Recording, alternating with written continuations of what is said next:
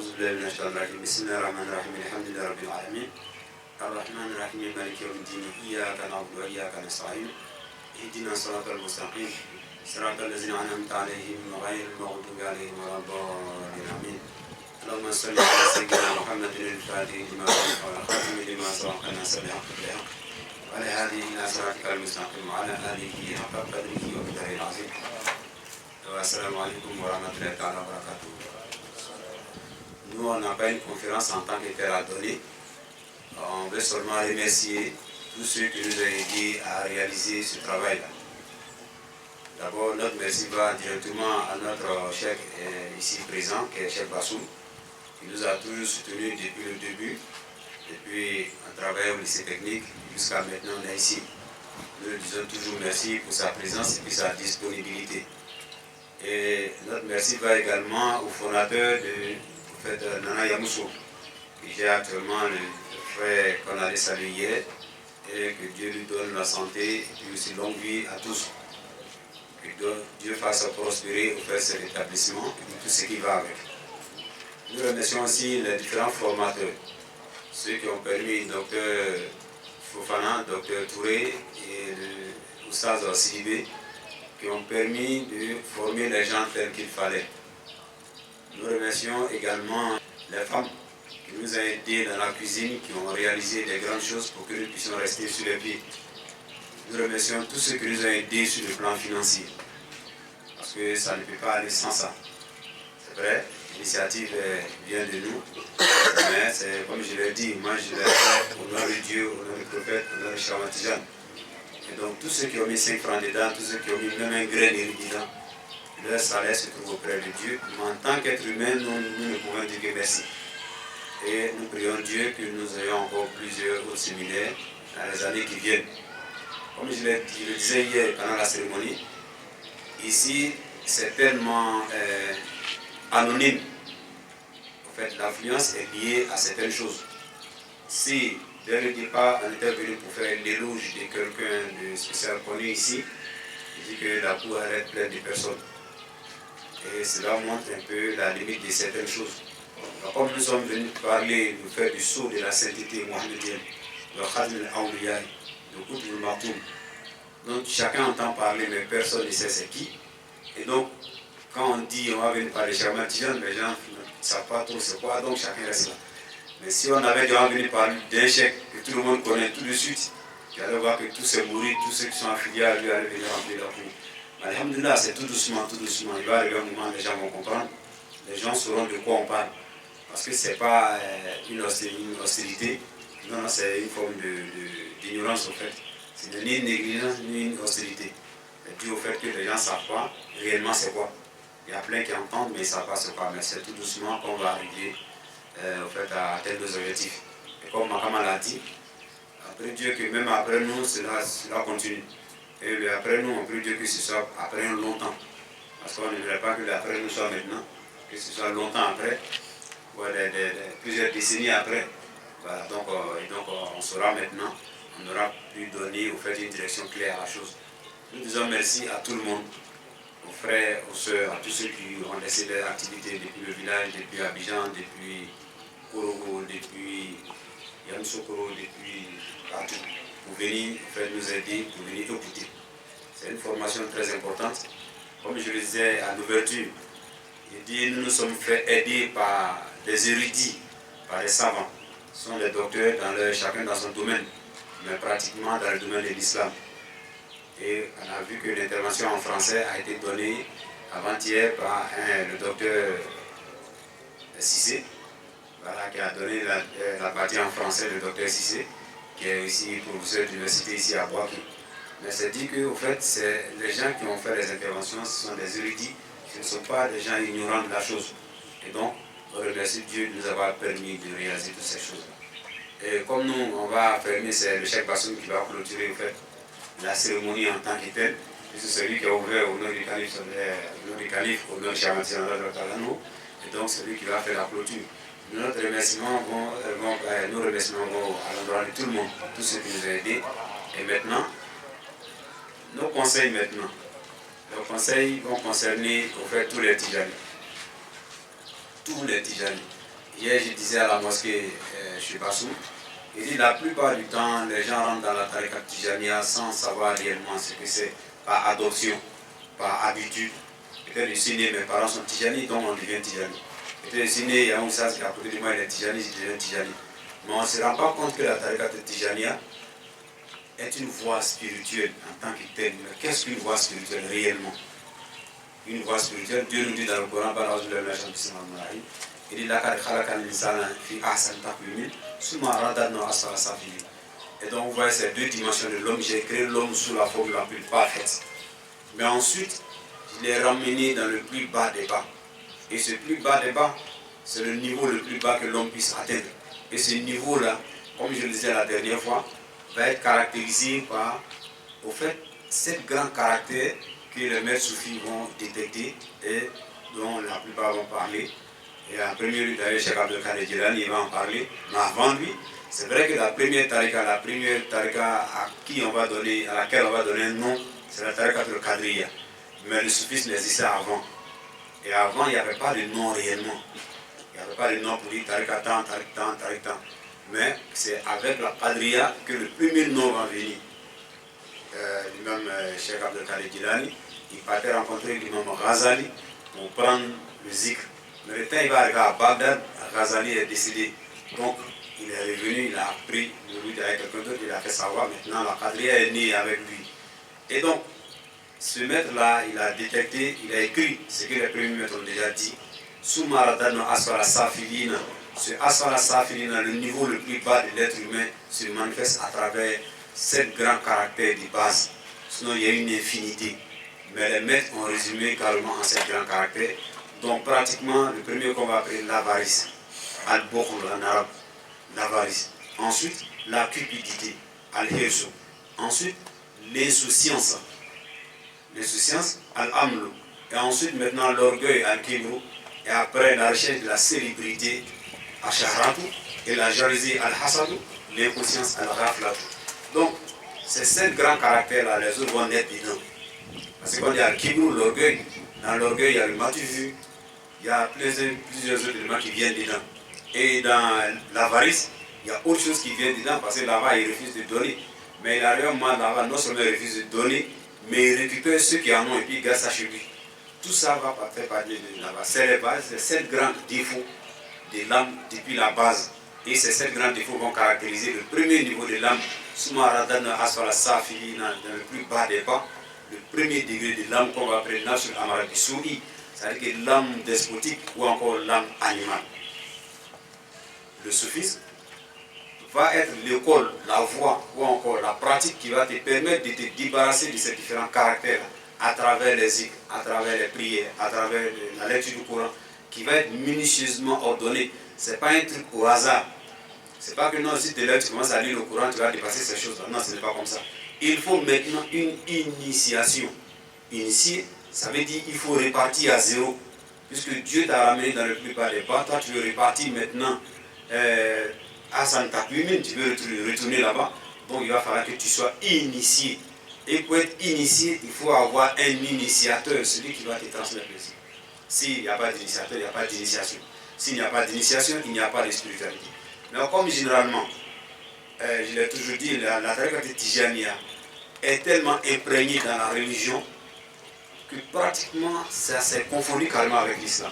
Ça fait que on est nombreux, on est beaucoup au niveau de l'islam, il y a plein de Tijani. Et on est tellement imprégnés dans l'islam que finalement, on ne sent pas que c'est une forme carrément spirituelle. Les gens ont pris ça pour en faire carrément un mouvement de piété populaire. C'est ce qu'on a maintenant. La tariqa est devenue un mouvement de piété populaire. C'est-à-dire que c'est les gens pieux qui sont ensemble, ils font des mouvements ensemble. On fait les maulides, on fait les trucs. Surtout le maulid est venu rentrer dans le mouvement. Donc ça fait que tous les chefs, tous les mokadam, quand le maulid arrive, il faut que chacun fasse son maulid. Puisque le maulid, le fait, c'est la glorification au fait du professeur de salam. Donc tout ça rentre dans ce même cadre-là, ce n'est pas négatif en soi. Donc, l'homme de Dieu regarde la Tijaniya un peu comme un mouvement de piété populaire et non comme une voie spirituelle. Alors que réellement, c'est une voie de réalisation spirituelle. Et donc, cette voie-là, qui est la tariqa de Tijaniya, Cheikh Tijan va le dire, Tarikuna Tarikul Mahdi Fadl. Il dit que notre tariqa est une des tariqas les plus parfaites, les plus Mahdi Fadli, c'est-à-dire fils amandéen. Tarika Fissamandé, donc c'est ça. C'est l'une des tarikas les plus élevées qui soit auprès de Dieu chez le prophète Mohammed sallallahu alayhi wa sallam. Puisque c'est le prophète sallallahu alayhi wa sallam qui a transmis directement la tarika. C'est différent. Les autres tarikas ont été transmises par inspiration du prophète. C'est un peu différent. Il y a l'inspiration qu'on reçoit par la lumière du prophète sallallahu alayhi wa sallam, et donc on établit un système de voyage spirituel. Donc c'est propre, c'est clair, et puis c'est islamique, ça n'a rien, c'est pas que les autres sont pas des... Non, les autres sont des voies spirituelles qui amènent à Dieu. Mais il y a l'inspiration de la présence du prophète sallallahu alayhi wa sallam, et puis il y a la transmission directe du prophète sallallahu alayhi wa sallam, c'est différent. Avec Chamatijan, le prophète est venu transmettre directement. Il lui a dit fais istighfar 100 fois, fais la ilaha illallah, fais al-salat al-nabi 100 fois, et donc alzim hazi torika, hata tasira makamaka, lezim wetabi. Donc sois constant à pratiquer cette pratique-là, jusqu'à ce que tu arrives à la station qui t'a été réservée. Et 4 ans après, c'est-à-dire que ça a été transmis en 1196 de l'Égypte, et c'est à l'an 1200 que le professeur Hassan va venir lui remettre maintenant la ilaha illallah, donc 4 ans après. Donc il complète le lazim, istighfar 100, salat 100, la ilaha illallah 100. Maintenant que c'est complet, ce sont ces 3 pratiques-là maintenant qui vont permettre à l'élève de s'élever pour accéder au fait à la sainteté. Mais comme on a tellement rendu ça léger, on ne sait pas que le lazim au fait est le cœur, la colonne vertébrale de la tarika tijaniya. Parce que les gens se sont plus concentrés sur les autres secrets, sur les secrets. Alors que le secret ne devient effectif réellement que lorsque tu atteins un certain niveau de réalisation dans le lazim lui-même. Sinon, tu peux avoir le secret chez toi, tout est là, mais tu vas pratiquer, tu verras des choses, peut-être tu peux faire des grands rêves, mais ça ne va pas te permettre d'attirer à des grandes choses. À moins que tu ne sois auprès d'un homme réalisé spirituellement, qui lui va te prendre la main pour t'amener quelque part. Mais sinon, si tu comptes seulement sur les secrets que tu as acquis pour arriver là où les hommes de Dieu arrivent, tu vas durer sur la route. Oui, tu vas beaucoup. Et puis la tarika tijaniya, c'est une voie de pure grâce. Cheikh Tidiane a dit, celui qui veut réaliser les 7 degrés de l'âme, avant d'arriver à Dieu, c'est comme quelqu'un qui veut mettre échelle pour monter au ciel. Donc la tarika tijaniya, on est carrément basé sur la pure grâce de Dieu, Allah Hina. C'est tout, hein? Sinon le travail ne peut nous mener nulle part. Il dit parce que celui qui a atteint réellement, qui arrive au niveau de Nafsul Kamil, qui a dépassé les 7 degrés de l'âme, Nafsul Amarabisui, Nafsul Amama, Nafsul Muhima, Nafsul Mutmaïna, Nafsul Mardia, Nafsul Radia, Nafsul Kamil, quand tu arrives au niveau de Nafsul Kamil, l'âme parfaite, celui qui arrive à ce niveau-là, là où il vit là, ce n'est pas celui qui puisse maintenir ça. Parce que tu peux devenir un waliou.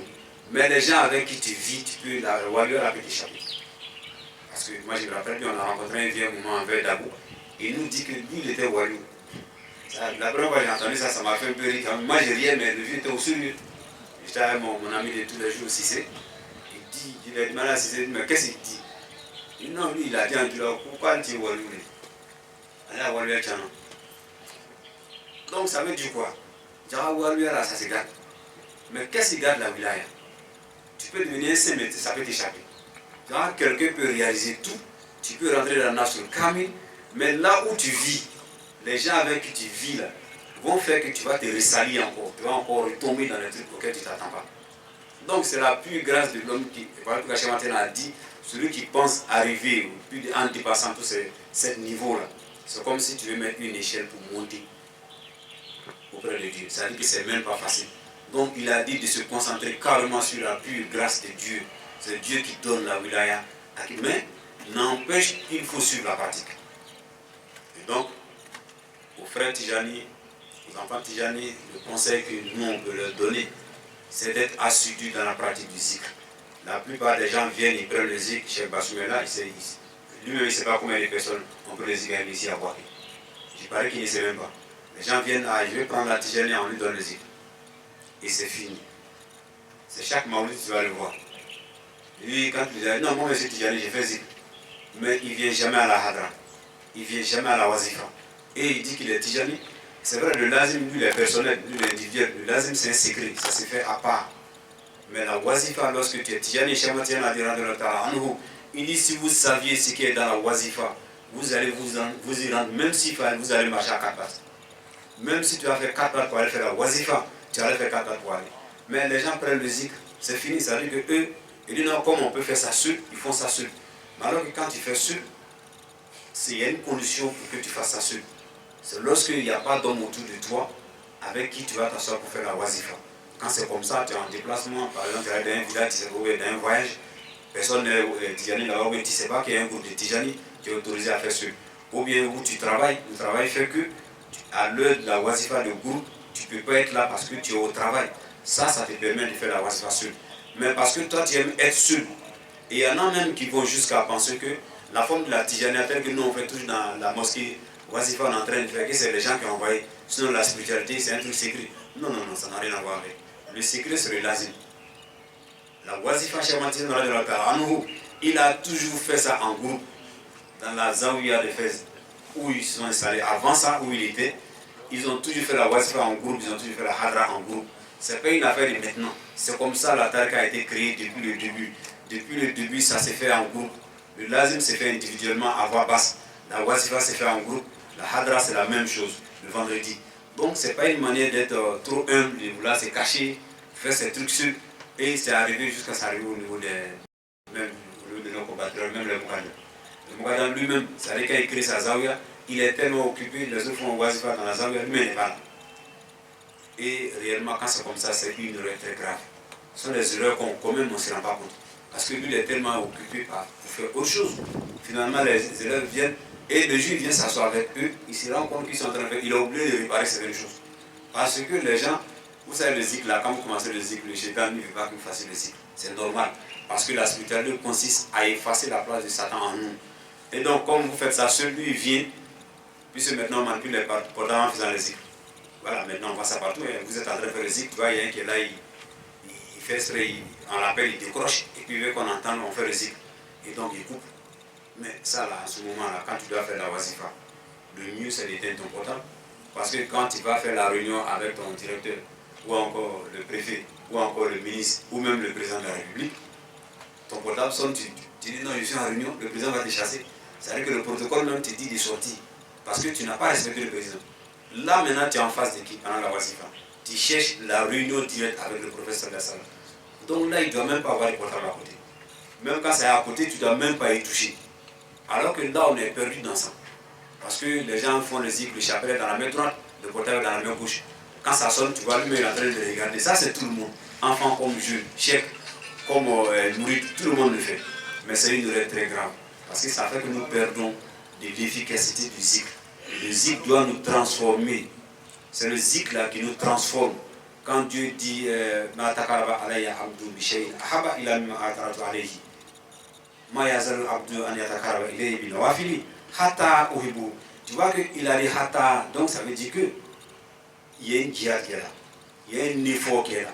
Au fait, il y a un attachement de ceinture qui est là. C'est pas que quand tu fais Navla, tu deviens ami de Dieu. C'est pas comme ça.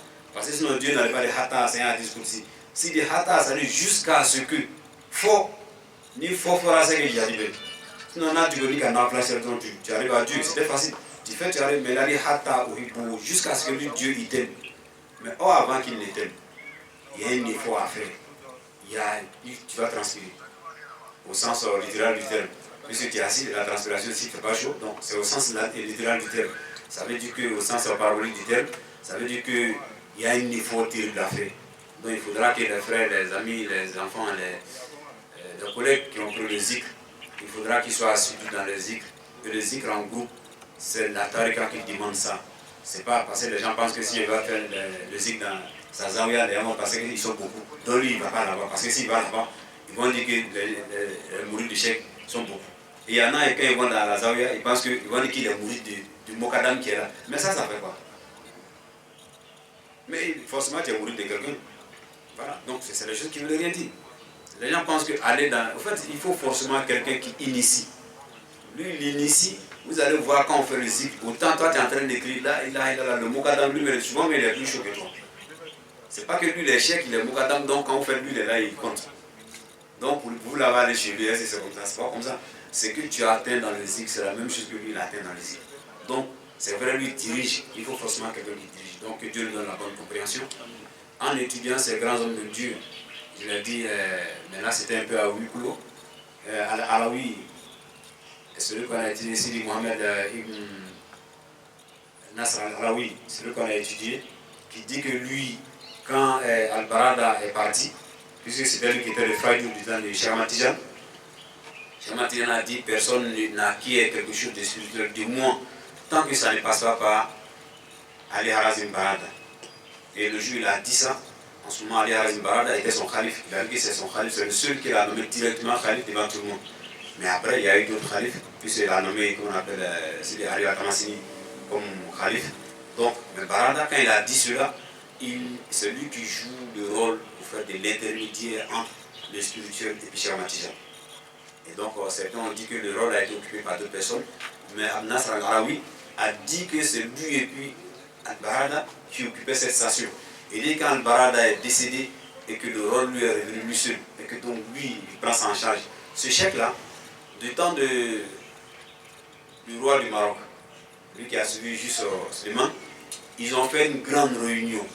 La grande réunion était en référence parce que les gens, les Wahhabites, bon, je ne sais pas, les tendances, ceux qui font les guerres pour attaquer les pays, là, ils devaient venir attaquer le Maroc. Et ça, c'est le professeur Sidi Genoun de Rabat qui nous a raconté cette histoire. Et ils devaient venir attaquer le Maroc. Et tout le monde savait, ils ont installé leurs cavaliers, leurs troupes de guerre dans les frontières du Maroc, ils devaient attaquer. Donc le roi a fait appel aux savants du Maroc. Ils sont allés faire une réunion. Comment ils vont faire pour défendre le pays? Et donc, quand ils ont fait la réunion, Abou Nasr al-Arawi, lui, il a été convoqué. En ce moment, c'était lui, puisque Cheikh Ahmad Tijani n'était pas là. Donc, c'est lui, tout le monde regardait. En fait, c'est quelqu'un, même son tombeau actuel, les gens vont sur son tombeau, il y a toujours du sable dessus. Les gens prennent le sable par rapport à un certain ornement. Mais même quand tu as fini de balayer, tu ne sais pas le sable à qui tu trouves. Tu as balayé, tu prends tout, tu as lavé, tu prends tout, à la boue, tu prends tout, tu vas avec. Quelque temps après, tu reviens, tu mets toujours le sable dessus. Donc les gens vont prendre toujours ce sable-là pour se conseils. Donc, lorsque le roi a appelé tout le monde, tous les savants étaient là, sauf lui. Donc les gens demandent, mais il est où le Tijani, il est parti où? Donc les gens ont demandé, les gens n'étaient pas contents à la fin. Maintenant, au moins la réunion était finie, les gens se levaient, c'est là où il est arrivé. Et il a demandé, mais l'objet de la réunion c'était quoi? Ils ont dit non, que c'est le roi qui nous a appelés pour venir par rapport à la défense du pays. Parce que les gens veulent venir attaquer le Maroc. Ils sont déjà à l'entrée qu'on appelle de là-bas. Donc ils s'apprêtent à attaquer. Donc il a dit, mais c'est pour ça seulement, ils ont dit que c'est pour ça. Donc le roi veut voir qui peut faire quoi pour nous aider, pour ne pas qu'ils nous attaquent. Donc il s'est arrêté et il a attrapé son chapelet comme ça. Et il a dit, Y'a Latifou. Et puis il a dit au roi que c'est fini, ils viendront plus ici au Maroc. Cette seule phrase-là. Il a dit Latif là une seule fois. Il a dit Y'a Latifou, il a tiré son chapelet et c'est fini. Cheikh Ahmad a dit, quand vous dites le Latif, il dit pas Y'a Latif, Y'a Latif, Y'a Latif, Y'a Latif. Il dit Y'a Latifou, il dit dites Latif, mais dites le fou dessus. Voilà, Y'a Latif, Y'a Latif, Y'a Latif. Il dit Y'a Latifou, Y'a Latifou, Y'a Latifou, c'est ce que Cheikh Ahmad a dit, c'est ce qui est écrit. Donc, il a pris son chapelet, il l'a attrapé une seule fois, il a dit Y'a Latifou, et quand il a dit fou, là c'est fini. Il a dit au roi, il dit ils ne viendront plus ici, c'est fini. Et il est sorti. Les gens ont pensé que c'était de l'amusement, effectivement, jusqu'au jour d'aujourd'hui, les gens ne sont plus rentrés là. Un homme comme ça, quand tu l'étudies, et puis on dit qu'il était élève de Cheikh Ahmad Tijani.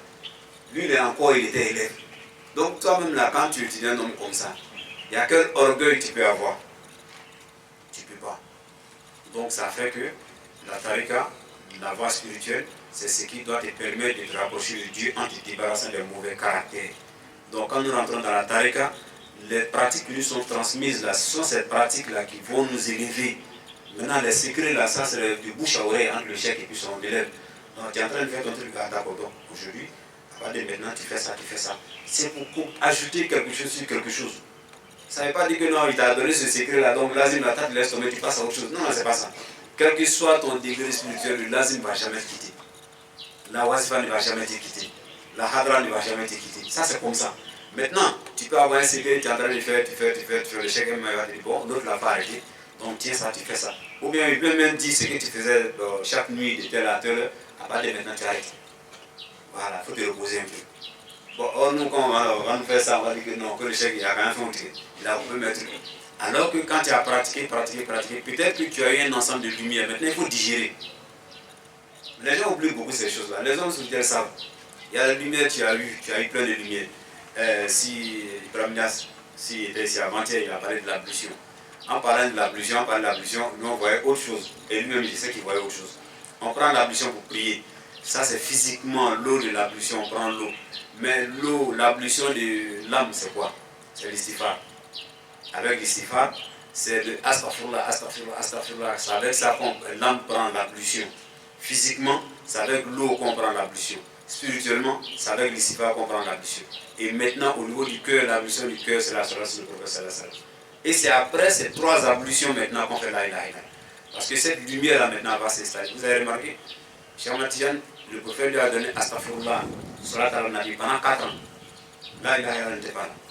Et l'an surpassé, l'année d'avant ça, Cheikh Bassouma a dit ici, il dit non, que le prophète a fait ça parce qu'au moment où ça a été transmis, le prophète voulait d'abord établir son cœur de la façon la plus parfaite pour qu'il reçoive directement la lumière de la ilaha illallah.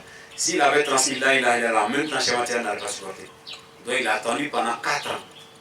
Donc maintenant il peut digérer. Et c'est ce la ilaha illallah que nous a transmis.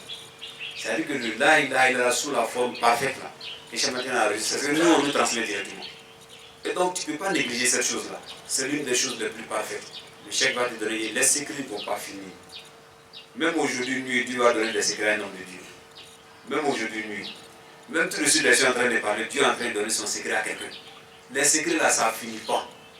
C'est un truc qui continue. Il y en a même, tu ne sais même pas que ça existe. Et tu vas voir un homme et dire, ah, Dieu m'a transmis ça. Et donc, c'est toi qui es au courant. Il y en a, c'est individuel, il y en a, ça peut être. Dieu lui donne, il peut donner à ses mourides ou bien ses gens proches, souvent à ses enfants, peu importe. Mais le secret est toujours continu. Le secret ne finit jamais. C'est vrai, Cheikh Ahmad Tidiane a parlé de Daïra de Hata, il a parlé de Miftah al-Qur'aniya, ça c'est l'environnement, ça c'est les choses qui sont écrites. Voilà, c'est écrit, parce qu'il y a des choses qui lui sont propres. Ils ont dit que Miftah al-Qur'aniya, que c'est propre à Cheikh Ahmad Tidiane. Et donc, etc. Donc les secrets, quel que soit ce qu'on va te transmettre, c'est pour venir augmenter ce qui est là. Or, on ne peut augmenter ce qui n'existe pas. Si tu ne fais pas lazim, qu'est-ce qui va venir augmenter? Rien. Voilà, et tu fais le lazim, c'est le lazim que le cœur de la Tijania, c'est la colonne vertébrale de la Tijania.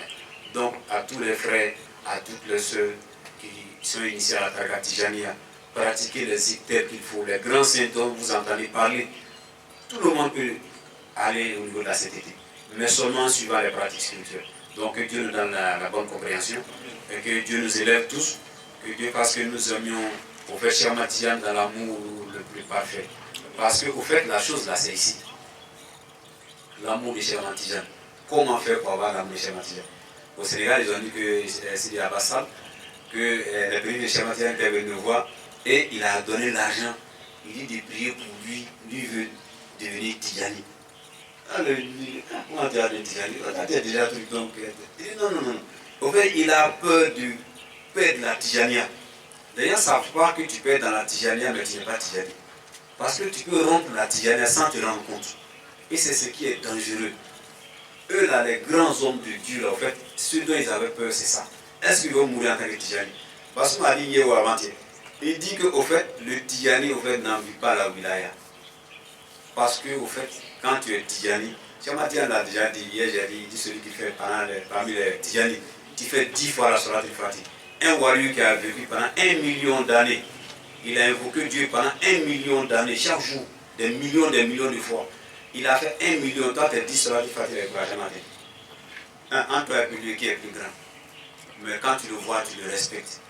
Nous, on respecte tous les saints, quelle que soit la voie. Parce que si tu as fait parler avec un saint, tu as déclaré parler avec Dieu. Donc Dieu nous en garde. Quand on dit quelqu'un est un wali, c'est un wali. Un wali, c'est un homme de Dieu. Maintenant, l'amitié va s'acquérir par quelle voie? Ça peut être par la Kadria, ça peut être par la Chazilia, ça peut être par d'autres voies. Et il y en a même qui l'acquièrent de façon directe. Ça existe. Et donc, quel que soit le truc, quand il est wali, il est ami de Dieu. Donc nous, on les respecte tous, on les vénère tous, on met chacun à sa place. Donc les frères Tidjani, il faut pratiquer votre wazifa en groupe dans les zawiya. Quand tu as pris ton zikr à Abidjan, tu es ici à Boaké, il y a une zawiya à côté de toi, de ton bureau ou de ta cour. Quand le moment du zikr arrive, va faire le zikr là-bas. Il ne faut pas dire non, ceux-là ils sont à Malis, moi je suis Niassel, non moi je ne vais pas là-bas, mais je ne sais même pas ce que c'est avoir ce truc-là. Et donc ça a fait un gros problème. Alors que ça ne compte pas dans la Tidjania. Tu fais quoi? Tu fais Tidjania?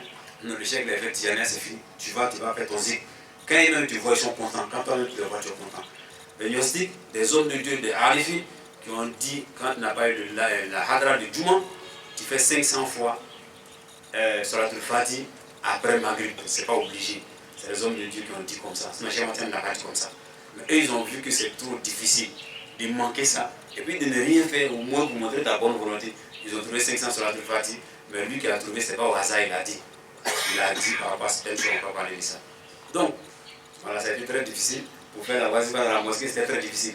Les gens trouvaient que non, le temps entre Maghrib et puis Isha, nous on fait durer. Or, la wazifa prend 30 minutes. La moitié 30 minutes.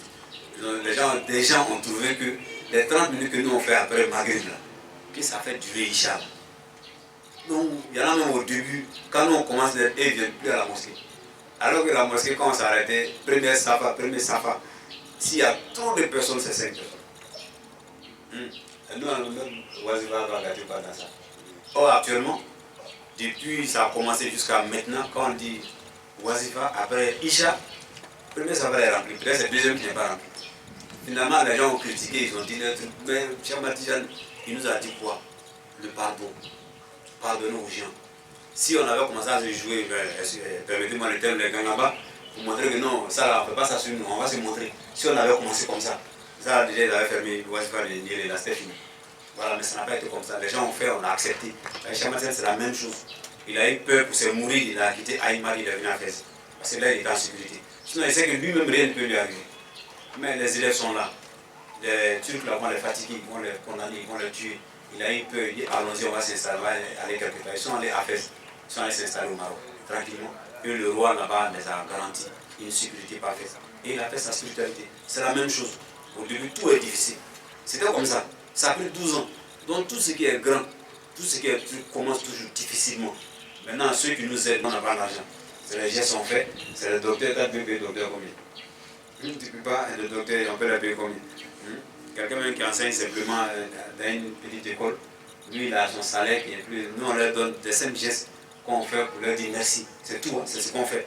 Mais eux, on demande à Dieu de leur donner la santé, la longévité, pour nous aider à réaliser ce travail-là. Au nom de Dieu, au nom du prophète, au nom de Cheikh Tijani. Le Tijani, voir le Tijani, il y a quelque chose qui se passe. Parce qu'on en a parlé, ils ont le verbe plus intéressant pour dire ces choses-là. Mais quand un Tijani regarde un Tijani, il y a quelque chose qui se produit. Et ça fait qu'il y a des anges qui aiment quand deux Tijani se rencontrent. Un Tijani rencontre un seul, ils ne se connaissent pas, le seul fait qu'ils se sont vus, c'est salut, il y a des anges qui aiment être là en ce moment-là. Donc quand il y a une voix comme ça, il faut prendre ça à bras le corps. Il ne faut pas prendre ça avec négligence. On ne rentre pas parce que, comme tout le monde est rentré, il faut que moi-même je rentre aussi. Non, non, non. On rentre parce que je veux avoir une intimité avec Dieu.